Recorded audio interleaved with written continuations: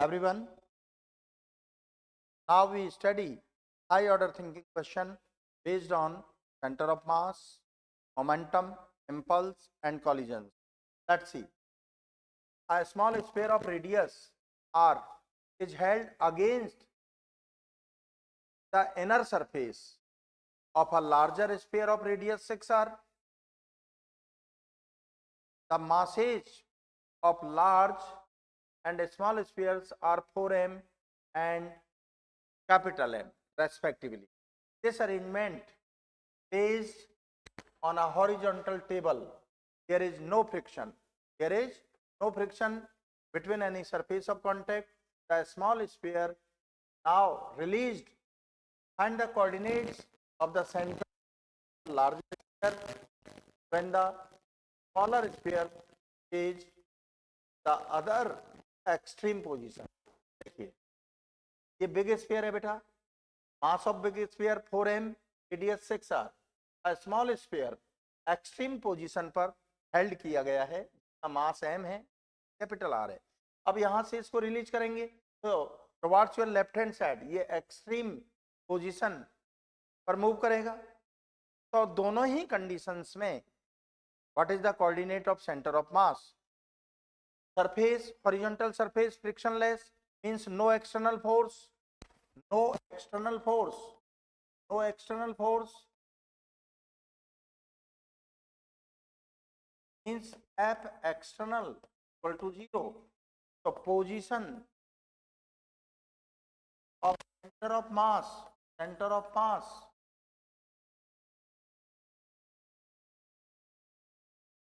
same. That's clear. अब देखिए बेटा, इस कंडीशन में sphere, big sphere and small sphere दोनों का सेंटर इनिशियल कंडीशन में लाइज ऑन एक्स एक्सिस. तो एक्स सी एम कोऑर्डिनेट तो आपका अवेलेबल होगा, वाई सी एम कोऑर्डिनेट क्या होगा? 0. ये तो आपको डायरेक्टली मिल जाएगा.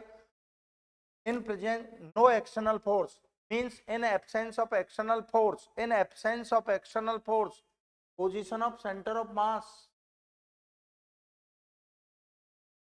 पोजीशन ले लें आप, फाइनल पोजीशन रिमेन सेम और कांस्टेंट, रिमेन सेम और constant, final position. That's clear. तो देखिए m1 x1 plus m2 x2 upon m1 plus m2, m1 x1 dash plus m2 x2 dash upon m1 plus m2. m1 plus m2 total mass of big sphere, small sphere तो दोनों same रहेगा तो denominator में cancel होगा. m1 x1 2 x2 equal to m1 x1 dash plus x2 dash. That's clear. That's clear. तो देखिए जो given condition है आपकी, इस कंडीशन में हम बात कर रहे हैं for big sphere mass one data for big sphere x1 L, for small sphere m2 mass of small sphere capital M. तो अब देखिए यहाँ की बात करें हम, यहाँ से यहाँ तक का कितना डिस्टेंस बने आपको L, और ये रेडियस कितना है इसका 4, और यहाँ से यहाँ तक का रेडियस, जब मैं अलग से डायग्राम ड्रॉ करता हूँ आपको थोड़ा ठीक रहेगा. तो आपका बिग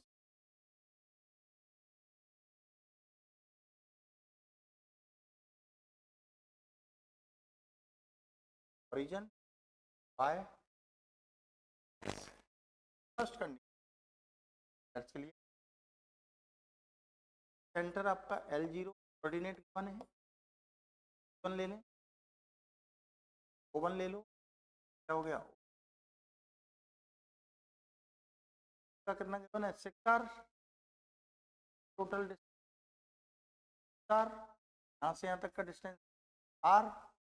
O1 एंड O2 क्या हुआ भैया 5r, O1 एंड O2 क्या हुआ भैया 5r. That's clear. That's clear.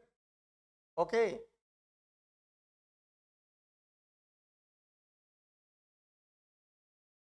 तो सेकंड का कोऑर्डिनेट क्या हो जाएगा, L तो यहाँ तक का हो गया और 5R ये हो गया, तो L plus 5R, L 5R। अब देखिए बेटा सेकंड कंडीशन में जब स्मॉल स्फीयर को यहां से हम रिलीज करेंगे, यहां से हम रिलीज करेंगे तो क्या कंडीशन होगी, उसके लिए आप डायग्राम देखें।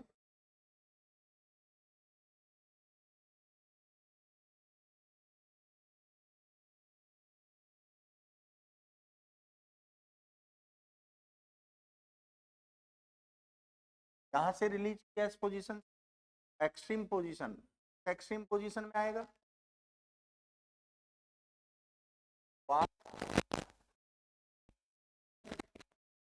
That's clear. अब ये पोजीशन का सेंटर, क्योंकि ये हॉरिजॉन्टल सरफेस पर है, तो ये इसको जब रिलीज करेंगे तो ये इधर मूव करेगा, तो बिग स्फीयर का भी मोशन होगा। इस सेंटर C1 को हमने अज्यूम कर लिया x, that's clear, to O2, O1 ले लें, O1 O2 तो वही 5R रहेगा, दैट्स क्लियर, दैट्स क्लियर।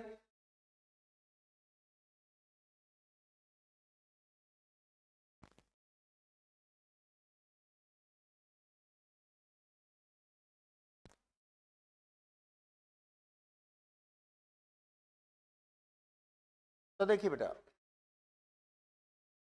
का कोऑर्डिनेट तो आपने के लिए क्या हो जाएगा, x minus 5R, x minus 5R value put कर दीजिए आप, m1 4m x, m2 m क्या हुआ x minus 5R, that's clear. अब देखिए बेटा m तो आप कॉमन ले लीजिए finally, 4l plus l plus 5R towards right hand side, m common ले लीजिए, 4x plus x minus 5R, mm cancel, क्या हो गया 5l plus 5R 5x minus 5R, that's clear. तो देखिए 5R उधर ले लेंगे, हमें x ही तो फाइंड करना है, तो 5R लेफ्ट में शिफ्ट करेंगे, 10R क्या जाएगा 10R। तो देखिए 5x equal to 5l plus 10R, 5l plus 10R x divided by 5l plus 2R, coordinate of center of mass, center of mass xc, xcm आपका क्या है l plus 2R, ycm, ycm 0, your coordinates of in this condition xcm l plus 2R and ycm 0, सारी condition आपको मैंने, तो finally answer l plus 2R and 0, okay।